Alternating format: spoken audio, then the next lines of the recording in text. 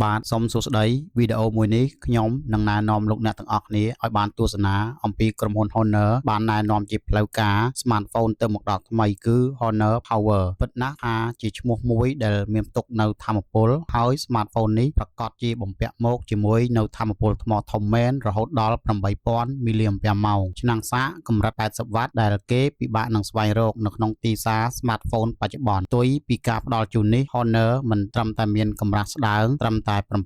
7.98 មីលីម៉ែត្រប៉ុណ្ណោះទេបើយើងប្រៀបធៀបទៅនឹង iPad Air 11 ឆ្នាំ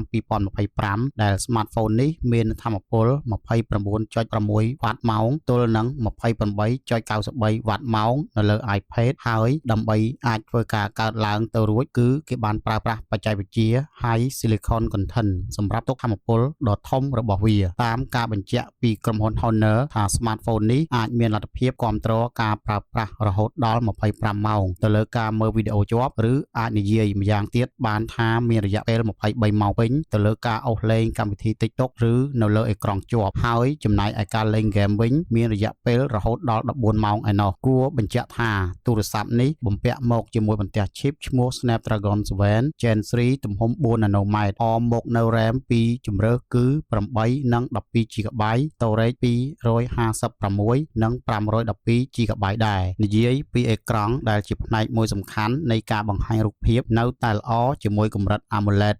6.8 inch Resolution 1.5K 120Hz និងអាចមានពន្លឺប្រើប្រាស់ខ្ពស់បំផុតបានដល់ 4000 nits ដោយគ្មានបញ្ហានៅបរិយាកាស outdoor ជាមួយការបង្ហាញបានល្អក្រឡេកមើលទៅកាន់កាមេរ៉ាគោលវិញមានទំហំ 50 megapixel ប្រើប្រាស់ OIS សម្រាប់ជំនួយក្នុងការទប់លំនឹងនិងមួយគ្រាប់ទៀតទំហំ 5 megapixel ជាប្រភេទ Ultra Wide អាចធ្វើការថតវីដេអូកម្រិត 4K វីដេអូ at 30 frame per second ជាមួយ EIS stabilization កាមេរ៉ាខាងមុខវិញទំហំ 16 megapixel និងមានរាងដូចគ្នាទៅនឹងទូរស័ព្ទ iPhone 16 Pro Max ដែរនៅត្រង់ Dynamic Island ដោយ Honor Power នេះដំណើរការនៅលើ Android 15និងមានមូលដ្ឋានលើ Magic OS 9ធ្វើឲ្យ Smartphone នេះមានភាពទាក់ទាញរលូនល្អទៅលើការប្រើប្រាស់សម្រាប់ការសន្និដ្ឋានចុងក្រោយ Honor Power គឺជា Smartphone ដែលផ្ដល់ជូនតាមការសន្យាជាមួយថាមពលថ្មប្រើប្រាស់ធំនិងតម្រូវចិត្តសម្រាប់អ្នកដែលមានការធុញថប់ក្នុងការសាកថ្ម